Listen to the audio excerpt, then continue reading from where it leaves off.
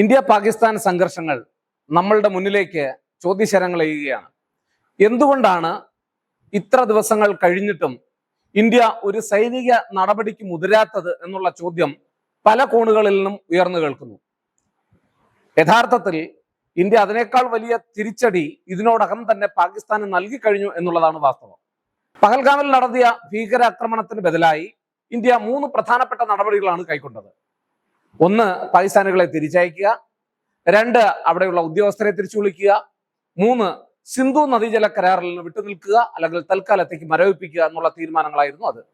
ഇതിൽ ഏറ്റവും ശക്തമായ നടപടിയായി ലോകം മുഴുവൻ അംഗീകരിച്ചത് അഥവാ വ്യാഖ്യാനിച്ചത് സിന്ധു നദീജല കരാർ റദ്ദാക്കുന്നതുമായി ബന്ധപ്പെട്ട് തന്നെയാണ്. പാകിസ്ഥാൻ ഉടൻ തന്നെ സംശയങ്ങൾ ഉന്നയിച്ചു. ഇതൊന്നും ഞങ്ങളെ വേണ്ട തരത്തിൽ അഫക്റ്റ് ചെയ്യില്ല എന്നുള്ളതായിരുന്നു തുടക്കത്തിൽ അവരുടെ പ്രതീക്ഷയെങ്കിലും ഇന്ത്യ ചില ഡാമുകൾ തുറന്നുവിട്ടതോടുകൂടി അവിടെ പല ഗ്രാമങ്ങളും വെള്ളത്തിൽ മുങ്ങിയതായിട്ടുള്ള വാർത്തകൾ പുറത്തു വന്നിട്ടുണ്ട്. ഒരർത്ഥത്തിൽ പറഞ്ഞാൽ ഇന്ത്യ വാട്ടർ ബോംബ് പ്രയോഗിച്ചു എന്ന് നമുക്ക് പറയാം. ചുരുക്കത്തിൽ പാകിസ്ഥാനെ പരമാവധി സമ്മർദ്ദത്തിലാക്കുക എന്ന തന്ത്രമാണ് തുടക്കത്തിൽ ഇന്ത്യ പ്രയോഗിച്ചത്.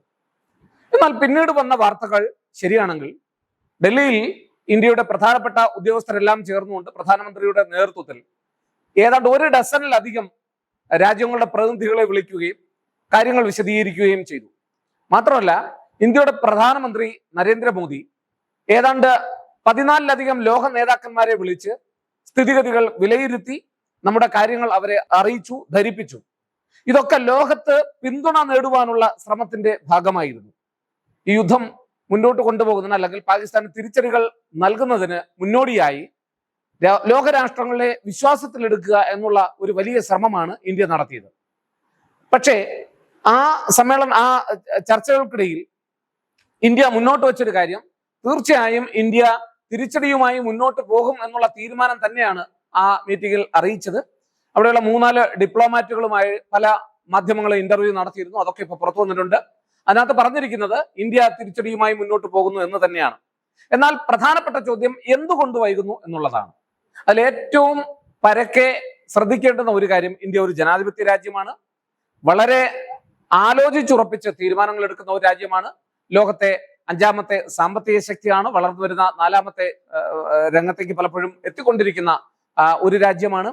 വളരെ വലിയ തരത്തിലുള്ള ജനസംഖ്യ ഉള്ള ഒരു രാജ്യമാണ്. അപ്പോ പെട്ടെന്ന് എടുക്കുന്ന തീരുമാനങ്ങൾ തങ്ങളെ ഒരു തരത്തിലും ബാധിക്കുവാൻ പാടില്ല എന്നുള്ളത് കൊണ്ട് തന്നെ ആലോചിച്ചുറച്ച ഒരു തീരുമാനം എടുക്കുന്നു എന്നുള്ളതാണ് ഒന്നാമത്തെ കാര്യം. രണ്ടാമത്തേതും ഏറ്റവും പ്രധാനവുമായിട്ടുള്ള കാര്യം എന്ന് പറയുന്നത്, ഈ ഭീകരാക്രമണവുമായി ബന്ധപ്പെട്ട് നമ്മൾ മറ്റുള്ളവരുടെ ലോക നേതാക്കന്മാരുടെ മുൻപിൽ, അല്ലെങ്കിൽ ഈ ഞാൻ നേരത്തെ പറഞ്ഞതുപോലെ ലോകത്തിലെ പല പ്രതിനിധികളെയും ക്ഷണിച്ചു വരുത്തി നമ്മൾ അവരുടെ മുമ്പിൽ പ്രസന്റ് ചെയ്തിരിക്കുന്നത് ഇതൊരു പാകിസ്ഥാൻ നടത്തുന്ന പാറ്റേണിലുള്ള, അല്ലെങ്കിൽ അതേ തരത്തിലുള്ള ഒരു ആക്രമണമാണ്. അവിടുത്തെ തീവ്രവാദികൾ പിന്തുടരുന്ന ശൈലിയാണ്. അത് കൊണ്ട് ഇത് പാകിസ്ഥാനാണ് നമ്മൾ അനുമാനിക്കുന്നു. കാരണം മാത്രമല്ല, ആദ്യം റെസിസ്റ്റൻസ് ഫോഴ്സ് ആണ് അതിന്റെ ഉത്തരവാദിത്തം ഏറ്റെടുത്തത്. പിന്നീട് അവിടെ നിന്ന് പിന്നോക്കം പോയി. എല്ലാവർക്കും അറിയാം ഇത് ലഷ്കർ-ഇ-തോയ്ബയുടെ പിന്തുണയോടുകൂടിയുള്ള ഒരു ആക്രമണമാണെന്ന് നമുക്ക് എല്ലാവർക്കും തിരിച്ചറിയാൻ കഴിയുകയും ചെയ്യും. പക്ഷേ ഇന്ത്യയെ പോലെ ഒരു രാജ്യം ലോകരാഷ്ട്രങ്ങളുടെ മുമ്പിൽ ഇത് പ്രസന്റ് ചെയ്യുമ്പോൾ കൂടുതൽ തെളിവുകൾ ആവശ്യമാണ്. ഇത് പാകിസ്ഥാനിലെ ആളുകൾ അവിടുന്ന് വന്നതാണ് എന്ന് നമുക്ക് ഭംഗിയായി അറിയാമെങ്കിലും പാകിസ്ഥാനെയും തീവ്രവാദികളെയും തമ്മിൽ ബന്ധിപ്പിക്കുന്ന ധാരാളം തെളിവുകൾ നമുക്ക് ഇനിയും ലഭിക്കേണ്ടതായിട്ടുണ്ട്. ആ തെളിവുകളുടെ അടിസ്ഥാനത്തിൽ മാത്രമേ ഇന്ത്യ മുന്നോട്ട് പോകൂ എന്നുള്ളതാണ്. പ്രത്യേകിച്ച് ഇപ്പോ പുതിയ ചില മാറ്റങ്ങളൊക്കെ സംഭവിച്ചിട്ടുണ്ട്.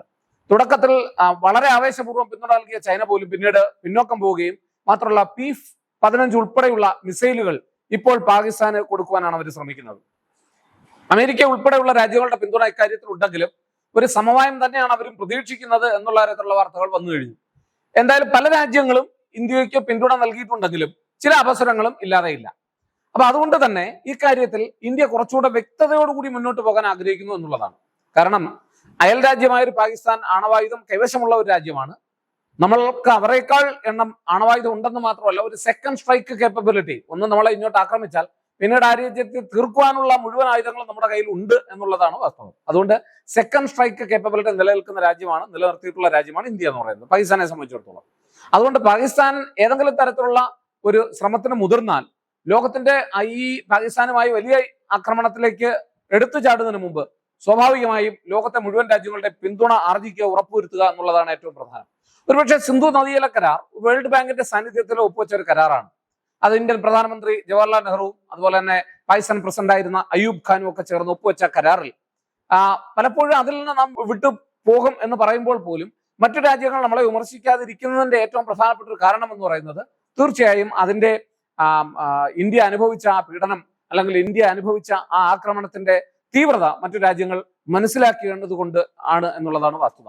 അതുകൊണ്ട് തന്നെ ഞാൻ ഈ സൂചിപ്പിച്ച 3 പ്രധാനപ്പെട്ട കാരണങ്ങൾ കൊണ്ട് തന്നെയാണ് ഇന്ത്യ ആക്രമണത്തിന് തൽക്കാലം ഒരു സൈനിക നടപടിക്ക് മുതിരാത്തത്. പക്ഷെ ഇന്ത്യ വളരെ വ്യക്തമായി പറഞ്ഞു കഴിഞ്ഞു, ഇന്ത്യ സൈനിക നടപടിയുമായി മുന്നോട്ട് പോകും എന്നുള്ള സൂചനകൾ തന്നെയാണ് ലോകരാഷ്ട്രങ്ങൾക്ക് നൽകിയിട്ടുള്ളത്. അമേരിക്ക ആയാലും ഐക്യരാഷ്ട്ര സംഘടന ആയാലും ഇറാൻ ആയാലും ഖത്തർ ആയാലും ഒക്കെയുള്ള രാജ്യങ്ങൾ ഇത് ഐഡന്റിഫൈ ചെയ്ത് കഴിഞ്ഞു. പാകിസ്ഥാൻ തന്നെ അവിടെയുള്ള പല നേതാക്കന്മാരുടെയും സൈനിക മേധാവികളുടെയും ഉൾപ്പെടെയുള്ള കുടുംബങ്ങളെയും ബന്ധുക്കളെയും ഒക്കെ സുരക്ഷിത സ്ഥലങ്ങളിലേക്ക് മറ്റു രാജ്യങ്ങളിലേക്ക് മാറ്റിയിരിക്കുകയാണ്. ഇവരൊക്കെ അഴിമതി പണം കൊണ്ട് വാങ്ങിക്കൂട്ടിയ സ്വത്തുവകകൾ ബ്രിട്ടൻ ഉൾപ്പെടെയുള്ള രാജ്യങ്ങളിലുണ്ട്. അപ്പൊ അവിടേക്ക് അവര് മാറി താമസിക്കുന്നതിന്റെ കാരണം തന്നെ ഈ പേടി കൊണ്ടാണ്. കാരണം ഇന്ത്യയുമായി ഒരു യുദ്ധമുണ്ടായാൽ തങ്ങളുടെ അവസ്ഥ എന്തായിരിക്കും എന്നുള്ളത്, തങ്ങൾ ഉടനെ അണവായുധം പ്രയോഗിക്കുമെന്നൊക്കെ വീമ്പിളക്കുന്ന ഈ രാജ്യങ്ങളെ സംബന്ധിച്ചിടത്തോളം എന്തായിരിക്കും ഇതിന്റെ പരിണത ഫലം എന്നവർക്ക് വളരെ വ്യക്തമായി അറിയാം. അതുകൊണ്ട് തന്നെ ഇന്ത്യ ഈ യുദ്ധവുമായി തീർച്ചയായും ഒരു സൈനിക നടപടിയുമായി മുന്നോട്ട് പോവുക തന്നെ ചെയ്യുമെന്നുള്ള കാര്യത്തിൽ സംശയം വേണ്ട. അതിന് നമുക്ക് വളരെ കൃത്യമായ ഒരു അവസരമാണ് വേണ്ടത്. നമ്മുടെ സൈന്യം ഈ ആക്രമണം നടന്ന പഹൽഗാമിന്റെ മിക്കവാറുമുള്ള എല്ലാ പ്രദേശങ്ങളിലും ഉണ്ട്. അതുമായി ബന്ധപ്പെട്ട വനമേഖലകളിലുണ്ട്. അവിടെയുള്ള ഭീകരവാദികൾ ഒരർത്ഥത്തിലും തിരിച്ചു പോകാതെ അവരെ ട്രേസ് ചെയ്ത് അവരെ കൊണ്ടുവരിക എന്നുള്ളത്, അവരെ പിടികൂടുക എന്നുള്ള ലക്ഷ്യം തന്നെയാണ് നമ്മുടെ സേനയ്ക്ക് ഇപ്പോൾ ഉള്ളത്. അവരുമായിട്ടുള്ള പാകിസ്ഥാന്റെ ബന്ധം തെളിയിക്കേണ്ടതായിട്ടുണ്ട്. അപ്പൊ ഇത്തരം ശ്രമങ്ങൾ നടത്തിക്കൊണ്ടിരിക്കുന്ന നമ്മൾ പല അർത്ഥത്തിൽ അവരുമായിട്ട് ഇപ്പൊ അതിർത്തിയിൽ ഏറ്റുമുട്ടൽ നടത്തുന്നു, ഭീകരവാദികളെ കണ്ടുപിടിക്കാനുള്ള ശ്രമം നടത്തുന്നു, പല ഭീകരവാദികളെ ഇല്ലായ്മ ചെയ്യുവാനായി അവരുടെ കുടുംബങ്ങളിലൊക്കെ സൂക്ഷിച്ചിട്ടുള്ള, അപ്പം ഒരാളുടെ വീട് ട്രേസ് ചെയ്യുമ്പോൾ തന്നെ അവിടെ ആ വീടിനെ നശിപ്പിക്കാൻ ശ്രമിക്കുമ്പോൾ തന്നെ വലിയ സ്ഫോടനമാണ് നടക്കുന്നത്. അവിടെയൊക്കെ അവര് ആയുധങ്ങൾ ഒളിപ്പിച്ചു വെച്ചിരിക്കുകയാണ്. അപ്പൊ അതുകൊണ്ട് തീർച്ചയായിട്ടും ഇന്ത്യയെ സംബന്ധിച്ചിടത്തോളം ഇങ്ങനെ ശക്തമായ ഒരു തീരുമാനം ആലോചിച്ചുറപ്പിച്ച് എടുത്തായിരിക്കും ഇന്ത്യ മുന്നോട്ട് പോവുക. കാരണം ഇന്ത്യ എല്ലാ അന്താരാഷ്ട്ര നിയമങ്ങളെയും സമാധാനത്തെയും എക്കാലവും ആഗ്രഹിക്കുന്ന രാജ്യമാണ്. 1950-കൾക്ക് ശേഷം ആണവായുധ ശേഷി കൈവശം ആർജിക്കുവാനുള്ള ശക്തി ഉണ്ടായിട്ട് പോലും സമാധാനത്തിന് വേണ്ടി 74 വരെ കാത്തിരുന്ന ഒരു രാജ്യമാണ് ഇന്ത്യ. 1974-ലാണ് ഇന്ത്യ ആദ്യമായി അതിന്റെ ആണവ പരീക്ഷണം നടത്തുന്നത്. അതിനു മുമ്പ് തന്നെ ഇന്ത്യക്ക് അതിനുള്ള ശക്തി ഉണ്ടായിരുന്നു എന്ന് പറയപ്പെടുന്നു. എന്നാൽ ജവഹർലാൽ നെഹ്റു ഒക്കെ അന്തർദേശീയ സമാധാനത്തെ വളരെയധികം ആഗ്രഹിച്ചിരുന്ന വ്യക്തികളാണ്. അപ്പൊ ഇന്ത്യ എപ്പോഴും ഒരു ലോക സമാധാനത്തെ ആഗ്രഹിച്ചിരുന്ന ഒരു രാജ്യമാണ് എന്നുള്ളത് കൊണ്ട് തന്നെ പെട്ടെന്ന് ഇന്ത്യക്ക് തിരിച്ചടി നൽകുകയും വേണം. അതേസമയം ഒരു പിഴവും പറ്റിക്കൂടാ എന്നുള്ള ഉറച്ച വിശ്വാസമുണ്ട്. നമ്മുടെ നീതിന്യായ സംഹിത തന്നെ പറയുന്നത്, ഒരു 1000 കുറ്റവാളികൾ രക്ഷപ്പെട്ടാലും ഒരു നിരപരാധി ശിക്ഷിക്കപ്പെടുവാൻ പാടില്ല എന്നുള്ളത് തന്നെയാണ്. അത് തന്നെ, ആ പ്രമാണം തന്നെയാണ് നമ്മൾ അന്തർദേശീയ രംഗത്തും പുലർത്തുന്നത്. പാകിസ്ഥാനെ സംബന്ധിച്ചിടത്തോളം നമുക്ക് വളരെ വ്യക്തമായി അറിയാം, പാകിസ്ഥാൻ ചെലവും കൊടുത്ത് ഭീകരവാദികൾ തന്നെയാണ് പഹൽഗാമിൽ ആക്രമണം നടത്തിയതെന്ന്. എങ്കിൽ പോലും അന്തർദേശീയ രംഗത്ത് ഇന്ത്യക്ക് അതിന്റെ വിശ്വാസ്യത ഉറപ്പുവരുത്തുന്നതിന് വേണ്ടി ചില തെളിവുകൾ കൂടി ലഭിക്കേണ്ടതായിട്ടുണ്ട്. അതിന്റെ പരിശ്രമത്തിലാണ് നമ്മുടെ സൈന്യവും രാഷ്ട്രീയ നേതൃത്വവും ഇതുമായി ബന്ധപ്പെട്ട് പ്രവർത്തിക്കുന്ന എല്ലാ അംഗങ്ങളും.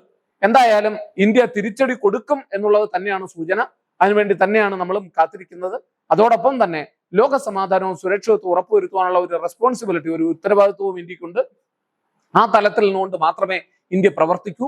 അത് നമ്മൾ പക്വതയോടെ മനസ്സിലാക്കണം എന്നാണ് ഈ അവസരത്തിൽ ഓർമ്മിപ്പിക്കുവാനുള്ളത്.